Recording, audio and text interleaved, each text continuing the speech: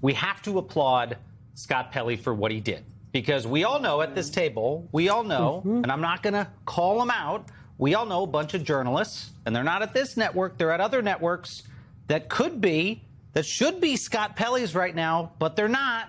They're biding their time while the First Amendment is under a systematic assault. This administration is arresting journalists. This administration is raiding the homes of journalists. This administration is taking over the networks they work at because they want to fire the ones that they don't like. This administration is kicking them off of Air Force One, is kicking them out of the Pentagon, is taking over the social media networks and censoring the terms that people type in. This is insane. This is an apocalyptic moment for journalism in this country, and people got to act like it. And Scott Pelley this week, he acted like it. Yeah. But this is a message to all those other journalists. They know who they are. They know when they hear my voice that they're probably one of them, the ones that are cowering and hoping that they can feed the alligator and it will go back to normal. It ain't going back to normal unless y'all start acting like Scott Pelley.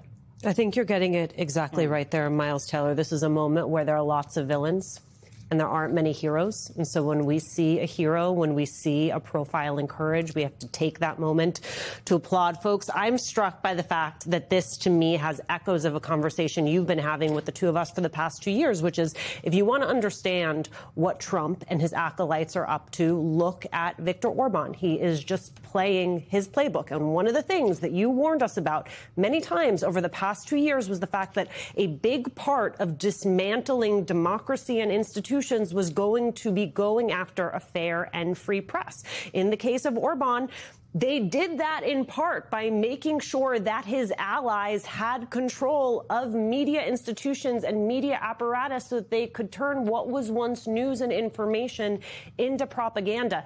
In your sort of global sense, where are we in that timeline? Unfortunately, we're in an earlier part of the timeline, because there's a lot more things that can happen. Here's what year one was about. Year one of the second Trump administration was about putting the infrastructure in place. If you're going to produce a product, you got to build a machine to make it replicable, and it takes a while to build the machine. They built the machine in year one. They're turning it on in year two. But let me give you something concrete there. After the president came after me when he came back into office, a little-known thing happened in the Attorney General's office. She signed an order revoking protections for journalists. The Justice Department used to have a very high standard if you were going to investigate journalists because you were going at the only constitutionally protected profession in the United States, journalism, right? So it required higher approval. She rescinded those protections. And in her memo, she cited the president's investigation into me. In other words, to go after the president's enemies, we can't be protecting journalists and these people that whistleblowers go talk to. We got to be able to dig into those whistleblowers' files. That happened in year one. It got almost no news coverage. Here it got some news coverage. Well, now it's happening. The machines turned on. They are raiding those journalists' houses. They are opening investigations. And when you see one or two ants on top of a log, there's a hell of a lot of ants under the log. What we don't know is what we don't know. How many other investigations do they have into how many other networks? And the way you combat it, if you want to learn from Orban and Hungary, you got to have more Scott Pelley speaking out. So I'm talking to my friends at CNN because they're trying to feed the alligator. The alligator's taking over your boat. There's a bunch of would-be Scott Pelleys at other networks that should take this moment to do the right thing and speak loudly. It's so profoundly important, as everyone at this table has noted, what this moment means and how it's playing out. And I thought it was very telling because the thread that's going to wind us or move us into the future was really in Pelley's statement as well. Simone touched on it a moment ago when he talked about, politicizing the politicization of stories. He noted, new management has instructed me to inject falsehoods and bias into a politically sensitive story. I've been told to include assertions that are unverified. To date, in every case, I've managed to ignore these instructions or refuse them. Recently, politicians have been invited to choose correspondents for interviews on the broadcast, giving politicians control over 60 minutes. 60-minute interviews is not how this is done.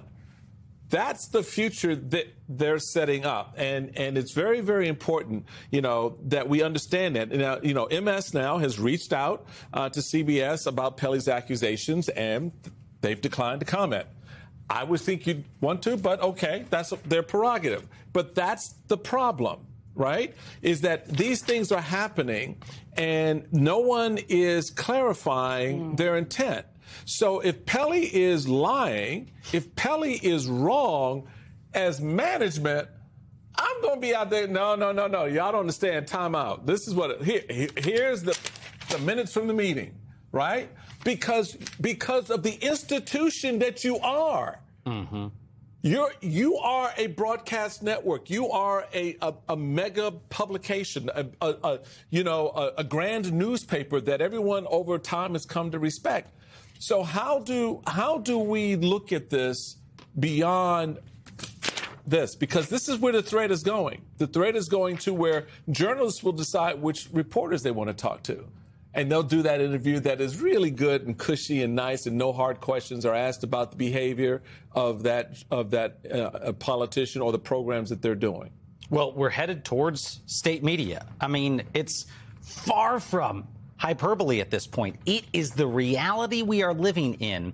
This administration last year started signaling they were willing to use regulatory powers, the legal powers of the government, to help decide who took over some of these big networks like CBS, like, CNN and its parent company, by saying the president of the United States likes some people on these networks, he doesn't like other people, and we'll open antitrust investigations and we'll tip the scales if we have to. That's what happened in Hungary. That's how we ended up with a country where most of the major news networks were saying what the administration wanted them to say. The biggest scandals that have been exposed in the history of the United States would not have been exposed if we didn't have a free press. People wouldn't know what was happening. No. That's why this matters, folks. I don't care if you're a Democrat or a Republican or independent. This matters. And if you are a Republican and if you are a MAGA-supporting Republican, you should hate this just as much. Because in 2.5 years, you don't want the Democrats to come in and wield this power and have their billionaire buddies